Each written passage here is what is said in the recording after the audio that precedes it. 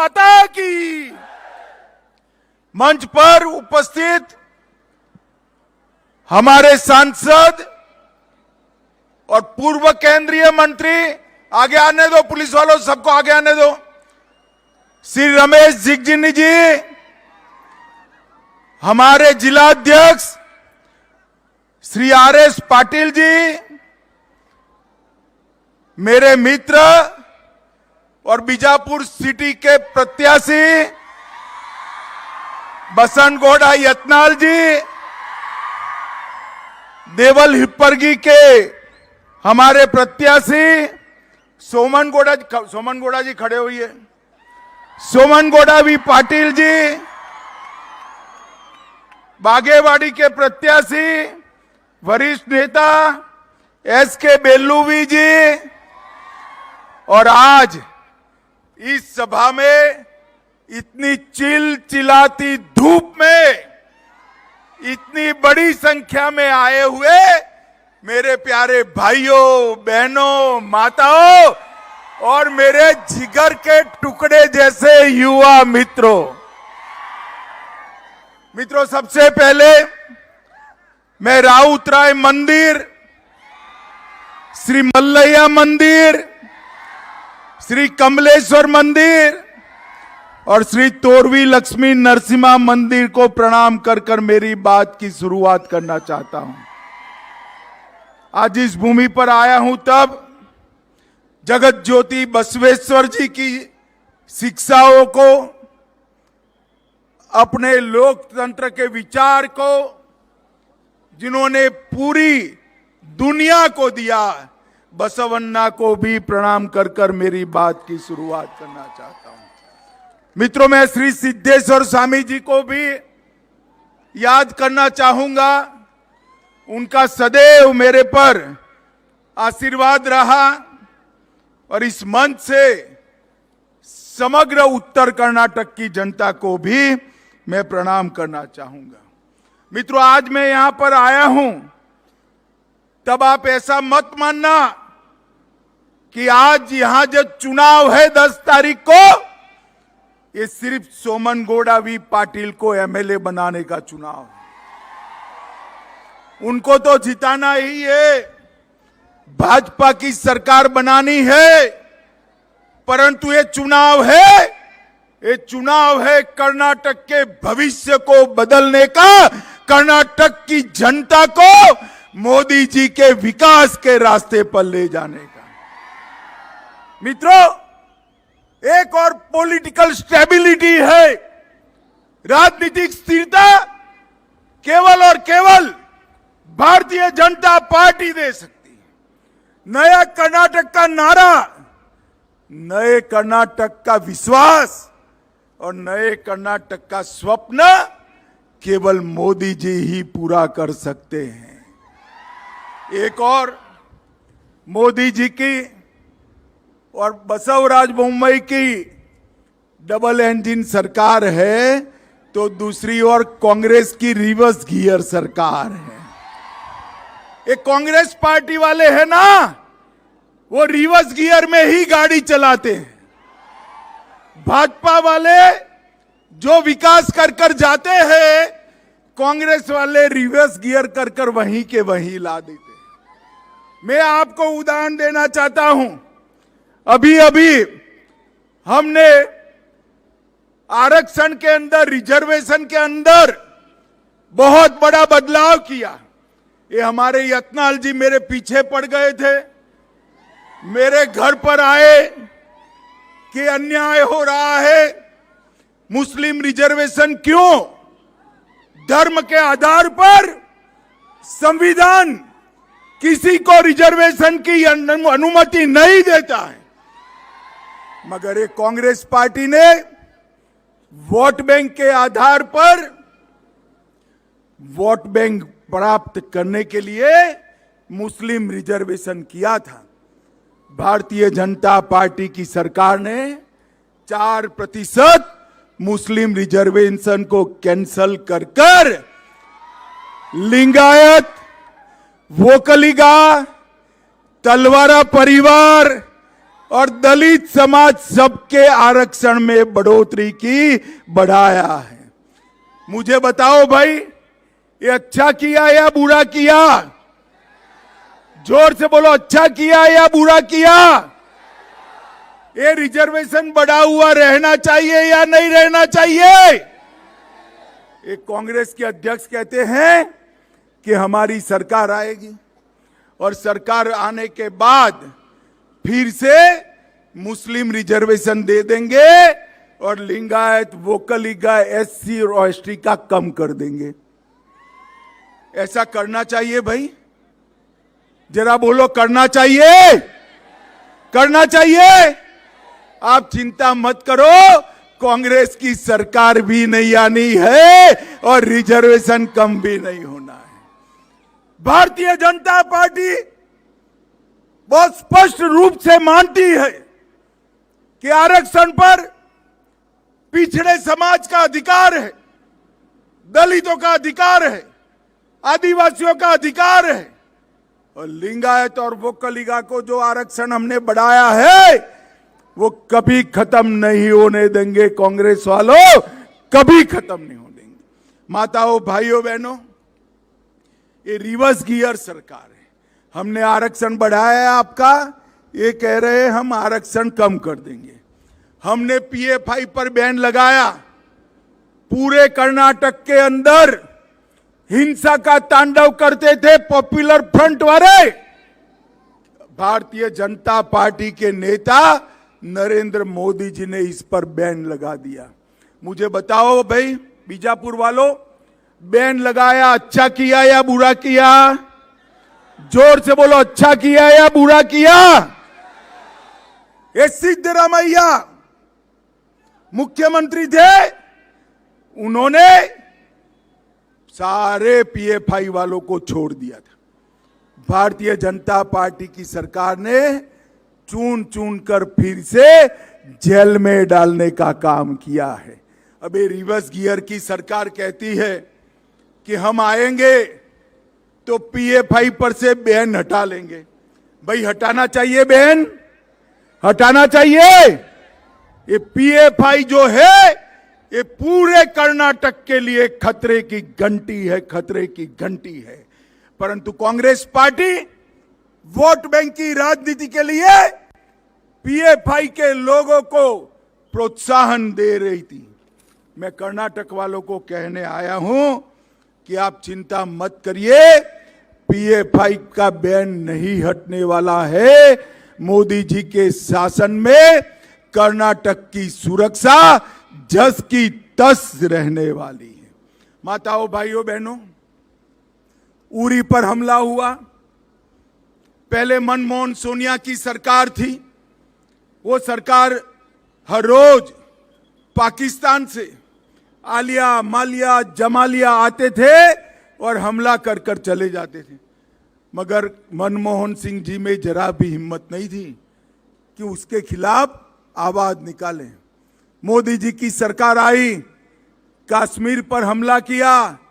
10 ही दिन में surgical strike और एयर स्ट्राइक कर कर पाकिस्तान के घर में घुसकर आतंकवादियों का सफाया करने का काम ये भारतीय। मुझे बताओ भाई, ठीक किया या नहीं किया? भाई, राहुल गांधी कहते हैं आप सबूत लाओ। अरे राहुल बाबा, आप में अकल नहीं है।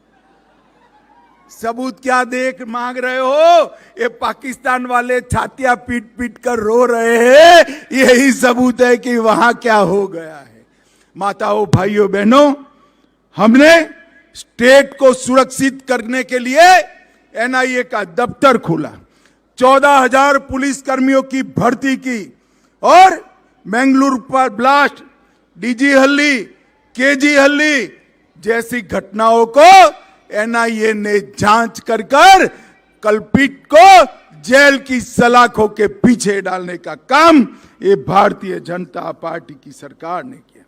धर्मांतरण विरोधी कानून भी भारतीय जनता पार्टी लाई है और धर्मांतरण को रोकने का काम भारतीय जनता पार्टी की सरकार ने किया है। अभी अभी यत्नाल जी बता रहे थे कि ये कांग्रेस के अध्यक्ष ने, अरे सिद्धरामैया ने लिंगायतों का अपमान किया। यत्नाल जी, इसमें आपको नई बात क्या है?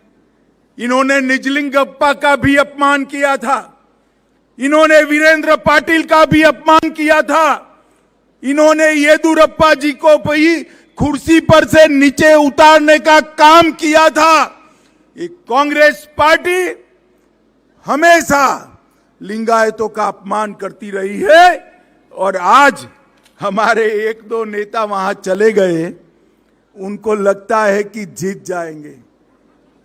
मैं कहता हूं हुबली में भी उनको 25,000 से ज्यादा वोट से हारना पड़ेगा, 25,000 से ज्यादा वोट। माताओं, भाइयों, बहनों, ये भारतीय जनता पार्टी देशभक्तों की टोली जैसी पार्टी है। और दूसरी ओर जेडीएस। मुझे बताओ, गत विधानसभा चुनाव में भी कर्नाटक की जनता ने जेडीएस को 35 सीटें दी। अंत में क्या हुआ? मुख्यमंत्री बनने के लिए कांग्रेस की गोदी में बैठ गए। बैठे थे या नहीं बैठे थे? आपके यहां भी लड़ रहे हैं, ध्यान रखना जरा। उनको पूछो कि कांग्रेस के वहां जाओगे या क्या करोगे? ये जेडीएस को वोट देने का मतलब है कांग्रेस को वोट, कांग्रेस को वोट देने का मतलब है पीएफआई से बैन उठाना। भाइयों बहनों, इस बार जरा भी गलती करे बगैर पूर्ण बहुमत की भारतीय जनता पार्टी की सरकार बनानी है। और मैं आज अपील करने आया हूं, सारे हमारे 3 प्रत्याशी बैठे हैं। मैं आज बीजापुर की जनता को अपील करता हूं कि 8 में से कम 7 सीटें कमल खिलाकर मोदी जी को देने का काम बीजापुर की जनता करेगी। हमने 220 करोड़ की लागत से बीजापुर एयरपोर्ट की स्वीकृति दी। संकेश्वर बीजापुर राज्य राजमार्ग को नेशनल हाईवे घोषित किया। अपर कृष्णा प्रोजेक्ट के स्टेज 3 के लिए 10,000 करोड़ दिया। मूलवाड़ लिफ्ट इरिगेशन योजना का उद्घाटन कर दिया गया। गन्ना किसानों को कांग्रेस 2100 रुपया प्रति टन एफआरपी देती थी, हमने 2100 से बढ़ाकर 3150 रुपया कर दिया। चूना और अंगूर के किसानों के लिए इंदी में लाइन बोर्ड और बीजापुर में अंगूर बोर्ड की स्थापना की। सूखा रोग की फसल के नुकसान के लिए किसानों को 10,000 रुपये का मुआवजा दिया। बीजापुर के तोरवी गांव में मेगा कोल्ड स्टोरेज प्लांट बनाया। बीजापुर के 9 स्थानों पर औद्योगिक क्लस्टर विकसित करने का काम किया। बीजापुर में 5 लाख रोजगार सृजित करने के लिए मेगा टेक्सटाइल पार्क स्थापित किया। बीजापुर में नया मेडिकल कॉलेज बनाया। हमारी सरकार ने लंबानी समाज को भूमि के अधिकार दिए और मोदी जी ने लंबाड़ी टांडा को राजस्व रेवेन्यू विलेज में परिवर्तित किया और 52,000 भूमि के कागजात लंबानी परिवार को देने का काम भारतीय जनता पार्टी ने किया। कांग्रेस वालों, मैंने तो एक जिले का ही काम समझाया है। आप में अगर हिम्मत है तो आपकी सरकार ने क्या क्या किया था, इसका हिसाब बीजापुर जिले की जनता के सामने रखे। उत्तर कर्नाटक के लिए, कित्तूर कर्नाटक के लिए कलसा बंडूरी परियोजना में 1000 करोड़, कित्तूर कर्नाटक विकास प्राधिकरण बनाया। कित्तूर कर्नाटक के लिए 5,701 करोड़ की सिंचाई योजनाएं चालू की। अम्माजेश्वरी 1486 करोड़ की चन्नवृषभेंद्र लिफ्ट इरिगेशन 520 करोड़, सत्तीगेरी सिंचाई 546 crore, Belagavi Kittur Dharwad railway 150 crore, Bagalkot Kudachi railway 210 crore, Gadag Yalvigi railway 600 crore, सिख गांव में दूसरा टेक्सटाइल पार्क, हावेरी में 1 लाख लीटर की डेयरी, बीजापुर में हवाई अड्डा, Raichur Kalaburagi 6 lane access control greenfield highway Bharatiya Janata party ने बनाया। मैं कांग्रेस वालों को कहना चाहता हूं, उत्तर कर्नाटक को हमेशा अगर किसी ने अन्याय किया है तो एक कांग्रेस पार्टी ने किया है, और जब जब भाजपा की सरकार आई हमारे कित्तूर कर्नाटक के विकास के रास्ते खुल गए। माताओं भाइयों बहनों, मोदी सरकार, मनमोहन सिंह सरकार ने 5 साल में कर्नाटक को 94,000 करोड़ रुपया दिया था, सिर्फ 94,000 करोड़। नरेंद्र मोदी सरकार ने 5 साल में 94,000 करोड़ से बढ़ाकर 2,26,418 करोड़ रुपया देने का काम नरेंद्र मोदी जी ने किया है। इसके साथ साथ कर्नाटक के अंदर 4 लाख गरीबों को घर दिया, 43 लाख नए पीने के पानी के कनेक्शन दिए, 48 लाख गरीब माताओं को घर में शौचालय बनाकर दिया। अन्न योजना में 4 करोड़ लाभार्थी को प्रति माह प्रति व्यक्ति 5 किलो अनाज फ्री ऑफ कॉस्ट मुफ्त में देने का काम किया। 54 लाख किसानों को 15,000 करोड़ रुपया इनके बैंक अकाउंट में ट्रांसफर किया।